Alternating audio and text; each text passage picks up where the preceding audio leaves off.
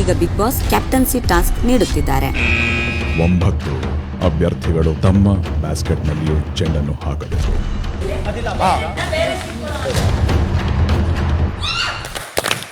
Boss ಹೇಳಿದ ನಂಬರಿಂದ ball ಅದು ಬಿದ್ದಿಲ್ಲ ಅಂತ. ನಾನು ಅದು ಯಾವ್ದ್ರಿಂದನೂ ಬಿದ್ದಿರೋದು ನಾನು ನೋಡಿಲ್ಲ ಮನುಷ್ಯ. ಎಲ್ಲಿಂದ ಬಿತ್ತು ಭವ್ಯ? ದೇವರಾಣೆಗೂ ನಾನು ನೋಡಿಲ್ಲ.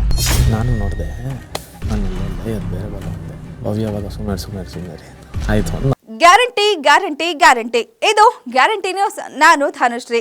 ನಿನ್ನೆ ಬಿಗ್ ಬಾಸ್ ಮನೆಯಲ್ಲಿ ಕ್ಯಾಪ್ಟನ್ಸಿ ಟಾಸ್ಕ್ ಆಯಿತು. ಇದರಲ್ಲಿ ಭವ್ಯ ಗೌಡ ಅವರು ಗೆದ್ದು ಬಿಗ್ ಬಾಸ್ ಮನೆಯಲ್ಲಿ 3ನೇ ಬಾರಿ ಸತತವಾಗಿ 2ನೇ ಬಾರಿ ಕ್ಯಾಪ್ಟನ್ ಆಗಿದ್ದಾರೆ. ಆದ್ರೆ ಇವರು ಮೋಸದಾಟ ಆಡಿದ್ದಾರೆ ಅಂತ ಬಿಗ್ ಬಾಸ್ ಮನೆಯಲ್ಲಿ ಕೆಲ ಸ್ಪರ್ಧಿಗಳು ಹೇಳ್ತಾ ಇದ್ದಾರೆ. ಇದು ನಿಜಕ್ಕೂ ಸತ್ಯ. ಅವರು ಮೋಸದಾಟ ಆಡಿನೇ ಕ್ಯಾಪ್ಟನ್ ಆಗಿದ್ದಾರೆ. ಇದು ಗೊತ್ತಿದ್ರು ಕೂಡ ಬಿಗ್ ಬಾಸ್ ಸುಮ್ಮನೆ ಇದ್ದಾರೆ. ಹಾಗಿದ್ರೆ ಬಿಗ್ ಬಾಸ್ ನೀಡಿದ ಟಾಸ್ಕ್ ಆದ್ರೂ ಏನು, ಅವರು ಆಡಿದ ಮೋಸದಾಟ ಆದ್ರೂ ಏನು ಅನ್ನೋದ್ರ ಸ್ಟೋರಿ ಇಲ್ಲಿದೆ ನೋಡಿ. ಬಿಗ್ ಬಾಸ್ ದಿನದಿಂದ ದಿನಕ್ಕೆ ಹೊಸ ಟ್ವಿಸ್ಟ್ ಗಳನ್ನ ಪಡ್ಕೊಳ್ತಾ ಇದೆ. ಈ ಹೊತ್ತಲ್ಲಿ ಬಿಗ್ ಬಾಸ್ ಮನೆ ಮಂದಿಗೆ ಈ ವಾರದ ಕ್ಯಾಪ್ಟನ್ಸಿ ಟಾಸ್ಕ್ ಅನ್ನ ನೀಡಿದ್ದಾರೆ. ಇದರಲ್ಲಿ ಬಿಗ್ ಬಾಸ್ ರೆಸಾರ್ಟ್ ಟಾಸ್ಕ್ ನಲ್ಲಿ 29 ಸ್ಟಾರ್ಸ್ ಗಳನ್ನು ಪಡೆದುಕೊಂಡಿದ್ದ ಭವ್ಯ ಗೌಡ ಅವರ ಟೀಮ್ ಕ್ಯಾಪ್ಟನ್ಸಿ ಟಾಸ್ಕ್ ಆಡಲು ಆಯ್ಕೆಯಾಗಿತ್ತು. ಹಾಗಾಗಿ ಅದೇ ತಂಡದ 5 ಸ್ಪರ್ಧಿಗಳಾದ ಭವ್ಯ ಗೌಡ, ತ್ರಿವಿಕ್ರಮ್, ರಜತ್, ಧನ್ರಾಜ್ ಹಾಗೂ ಮೋಕ್ಷಿತಾ ಅವರು ಈ ಕ್ಯಾಪ್ಟನ್ಸಿ ಟಾಸ್ಕ್ ಅನ್ನ ಆಡಬೇಕಿತ್ತು. ಇನ್ನು ಈ ಕ್ಯಾಪ್ಟನ್ಸಿ ಟಾಸ್ಕ್ ಹೇಗಿತ್ತು ಅನ್ನೋದನ್ನ ನೋಡೋದಾದ್ರೆ 5 ಸ್ಪರ್ಧಿಗಳು ಸಾಲಾಗಿ ನಿಂತ್ಕೊಳ್ಬೇಕಿತ್ತು. ಹಾಗೆ ಕೆಳಗೆ ಜಾರುವ ಒಂದು ನೆಲಹಾಸನ್ನ ಬಿಗ್ ಬಾಸ್ ತಯಾರಿ ಮಾಡಿದ್ರು.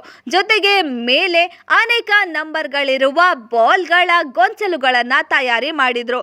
ಆಗ ಬಿಗ್ ಬಾಸ್ ಹೇಳುವ ನಂಬರ್ ನಲ್ಲಿರುವ ಚೆಂಡುಗಳನ್ನ ಓಡಿ ಹೋಗಿ ಹಿಡಿದು ಮುಂದೆ ಅವರ ಹೆಸರು ಇರುವ ಬ್ಯಾಸ್ಕೆಟ್ ನಲ್ಲಿ ಹಾಕಬೇಕಿತ್ತು. ಇದೇ ಟಾಸ್ಕ್ ನಲ್ಲಿ ಬಿಗ್ ಬಾಸ್ ಮೊದಲು 9 ನಂಬರಿನ ಗೊಂಚಲಿನಿಂದ ಚೆಂಡುಗಳನ್ನು ತೆಗೆದುಕೊಂಡು ಹೋಗಲು ಹೇಳ್ತಾರೆ. ಆಗ ಎಲ್ಲರೂ ಓಡಿ ಹೋಗಿ ಆ ಚೆಂಡನ್ನ ಹಿಡ್ಕೊಳ್ತಾರೆ. ಆಗ ಭವ್ಯ ಗೌಡ ಅವರಿಗೆ ಯಾವ ಚೆಂಡು ಸಿಗ್ಲಿಲ್ಲ. ಆದ್ರೆ ಅದೇ ವೇಳೆ 3ನೇ ಗೊಂಚಲಿನಿಂದ ಚೆಂಡನ್ನು ಬೀಳುತ್ತೆ. ಅದನ್ನು ತೆಗೆದುಕೊಂಡು ಹೋಗಿ ಭವ್ಯ ಗೌಡ ಅವರು ಬ್ಯಾಸ್ಕೆಟ್ ನಲ್ಲಿ ಹಾಕ್ತಾರೆ.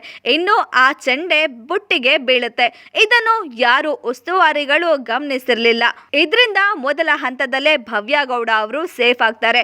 ಇದಾದ ಬಳಿಕ ಮತ್ತೆ ಇದೇ ಪ್ರಕ್ರಿಯೆಯಲ್ಲಿ ಚೆಂಡನ್ನ ಹಾಕಿ ಭವ್ಯ ಗೌಡ ಅವರು ಈ ವಾರದ ಕ್ಯಾಪ್ಟನ್ ಆಗಿ ಮತ್ತೆ ಆಯ್ಕೆ ಆಗ್ತಾರೆ. ಇನ್ನು ಈ ಟಾಸ್ಕ್ ಆದಮೇಲೆ ಭವ್ಯ ಗೌಡ ಅವರು ಮೋಸದ ಆಟ ಆಡಿದ್ರು ಅಂತ ಮೋಕ್ಷಿತಾ ಅವರು ತಮ್ಮ ಧ್ವನಿಯನ್ನ ಏರಿಸ್ತಾರೆ. ಇದಕ್ಕೆ ಉಸ್ತುವಾರಿಯಾಗಿದ್ದ ಮಂಚಣ್ಣ ಅವರು ಕೂಡ ತಮ್ಮನ್ನು ತಾವು ಸಮರ್ಥನೆ ಮಾಡಿಕೊಂಡು ನಾನು ನೋಡಲಿಲ್ಲ, ನೀವು ನೋಡಿದ್ರಿ ಅಲ್ಲ, ಹೇಳ್ಬೋದಿತ್ತು ಅಂತ ಕೆಲವು ವಾದ ಹಾಗೂ ಪ್ರತಿವಾದಗಳು ಆಗುತ್ತೆ. ಇನ್ನು ಟಾಸ್ಕ್ ವೇಳೆಯಲ್ಲೂ ಕೂಡ ರಜತ್ ಅವರು ಕೂಡ ನೋಡಿದ್ರಂತೆ. ಆಗ ಭವ್ಯ ಗೌಡ ಅವರು ಸುಮ್ಮನೆ ಹೋಗಿ ಅಂತ ಹೇಳಿದ್ರಂತೆ. ಒಂದರ್ಥದಲ್ಲಿ ಭವ್ಯ ಗೌಡ ಅವರಿಗೂ ಗೊತ್ತಿತ್ತು ಅನ್ನೋ ರೀತಿಯಲ್ಲಿ ರಜತ್ ಅವರು ಹೇಳ್ತಾರೆ. ಆದ್ರೆ ಭವ್ಯ ಗೌಡ ಅವರು ತ್ರಿವಿಕ್ರಮ್ ಅವರ ಬಳಿ ನನಗೆ ನಿಜವಾಗ್ಲೂ ಯಾವ ಗೊಂಚಲಿನಿಂದ ಬಿತ್ತು ಅನ್ನೋದು ಗೊತ್ತಿರಲಿಲ್ಲ, ಹಾಗೇನಾದ್ರೂ ನಾನು ಮೋಸದ ಆಟ ಆಡಿದ್ರೆ ಶನಿವಾರದ ಕಿಚ್ಚನ ಪಂಚಾಯಿತಿಯಲ್ಲಿ ಅದ್ರ ಬಗ್ಗೆ ಮಾತಾಡಿದ್ರೆ ನಾನು ಕ್ಯಾಪ್ಟನ್ಸಿಯನ್ನ ಕ್ವಿಟ್ ಮಾಡಲು ರೆಡಿ ಆಗಿದ್ದೇನೆ ಅಂತ ಹೇಳ್ತಾರೆ. ಇದೆಲ್ಲ ನೋಡಿ ವೀಕ್ಷಕರಿಗೆ ಮೂಡೋ ಪ್ರಶ್ನೆ ಏನಂದ್ರೆ, ಇದು ಬಿಗ್ ಬಾಸ್ಗೆ ಗೊತ್ತಿದ್ರು ಕೂಡ, ಅದು ಬೇರೆ ಗೊಂಚಲಿನಿಂದ ಬಿದ್ದ ಬಾಲ್ ಅಂತ ಗೊತ್ತಿದ್ರು ಕೂಡ ಯಾಕೆ ಅವರು ಆಟವನ್ನ ತಡಿಲಿಲ್ಲ, ಯಾಕೆ ಅವರು ಮತ್ತೆ ಭವ್ಯ ಗೌಡ ಅವರನ್ನು ಕ್ಯಾಪ್ಟನ್ ಮಾಡಿದ್ರು ಅನ್ನೋದು ಒಂದು ಪ್ರಶ್ನೆ ಆಗಿದೆ. ಇನ್ನು ಭವ್ಯ ಗೌಡ ಅವರು ಬಿಗ್ ಬಾಸ್ ಮನೆಯಲ್ಲಿ ಇದು 3ನೇ ಬಾರಿಗೆ ಕ್ಯಾಪ್ಟನ್ ಆಗಿದ್ದಾರೆ. ಕಳೆದ ವಾರ ಕೂಡ ಭವ್ಯ ಗೌಡ ಅವರೇ ಮನೆಯ ಕ್ಯಾಪ್ಟನ್ ಆಗಿದ್ದು ಸತತವಾಗಿ 2ನೇ ಬಾರಿಗೆ ಭವ್ಯ ಗೌಡ ಅವರು ಈಗ ಬಿಗ್ ಬಾಸ್ ಮನೆಯ ಕ್ಯಾಪ್ಟನ್ ಆಗಿದ್ದಾರೆ.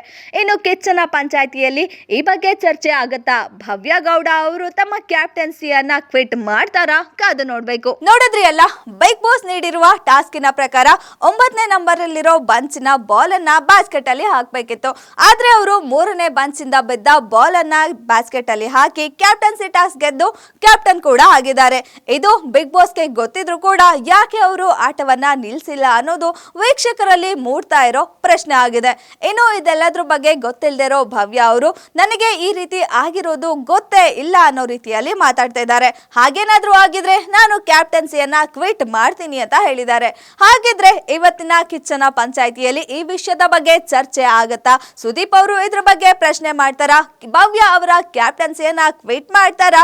ಕಾದು ನೋಡ್ಬೇಕು. ಇದಾಗಿತ್ತು ಈ ಹೊತ್ತಿನ ಸ್ಪೆಷಲ್ ಸ್ಟೋರಿ. ಇನ್ನಷ್ಟು ಸುದ್ದಿಗಾಗಿ ನೋಡ್ತಾ ಇರಿ ಗ್ಯಾರಂಟಿ ನ್ಯೂಸ್. ಸುದ್ದಿ ಖಚಿತ, ನ್ಯಾಯ ನಿಶ್ಚಿತ.